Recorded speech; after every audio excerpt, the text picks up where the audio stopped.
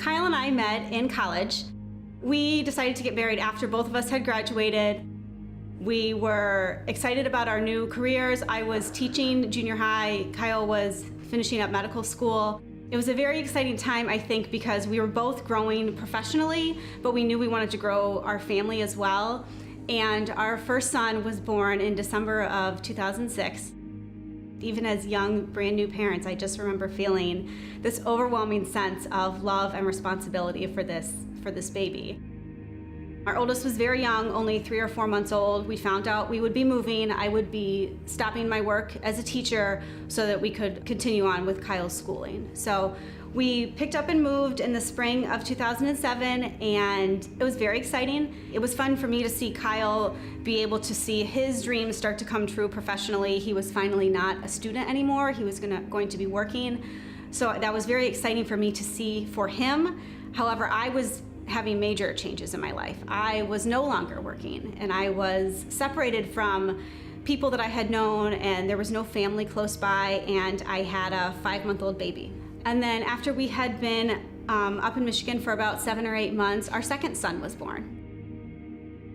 I think as a new mother, I was trying to catch my footing a little bit, and I felt myself start to falter a little bit. I felt that I didn't have a support system built, and I didn't really know how to ask for help.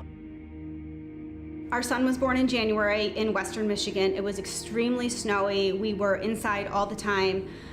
We didn't really have a lot of outlets because a 1-year-old and a newborn are not easy to take anywhere. And I think for me, the frustration is when I had this idea of what motherhood would look like, and it didn't. I was angry at myself because I felt like I was failing. I felt angry at my husband because he didn't know how I was feeling, and I wasn't telling him. I wanted him to just know. And a little bit of anger with God. I think that God had given me what I asked for, and I felt like he didn't give me the ability to carry it out. I didn't feel like I was making it through the day. I felt like I needed help. I needed to reach out, and I didn't know where to do that. My frustration had reached an all-time high, and I can remember just calling out to God, just within my own mind, and saying, I need you. I can't do this. I am not cut out for this. This is not the life that I thought I wanted. I asked for this and I couldn't handle it. That was very frustrating. And I remember just praying to God, please help me make it through this day. Help me make it until Kyle gets home from work and I can have somebody else by my side. And it felt like I couldn't do it.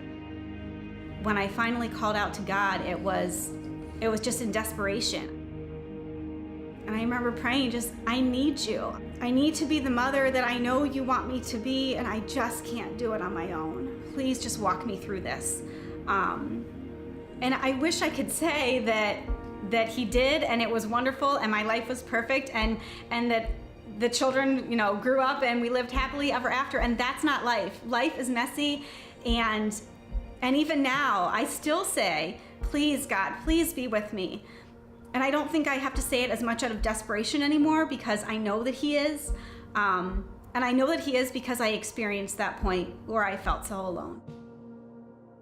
We came back to Northwest Ohio for a short time, and since had made multiple moves even after that, and had 2 more children. And each time I sense that frustration again. The task of raising children is the most difficult thing I've ever had to do. But every time I felt God's presence with me, and I knew how to call out to him, and I knew that he would not leave me.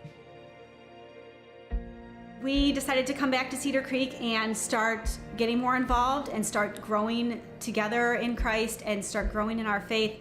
We knew we had to do more than just show up on Sunday.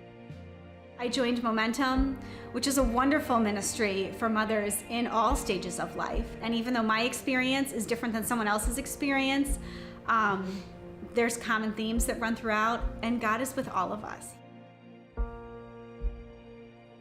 I think now that I have passed through a very difficult time, I see how important faithfulness is. I think when you're going through it, it's very difficult to have faith. But now that I've come through that, I have seen him pull me through an extremely difficult time in my life. And so I know that I'll continue to be faithful to what he has in store for me.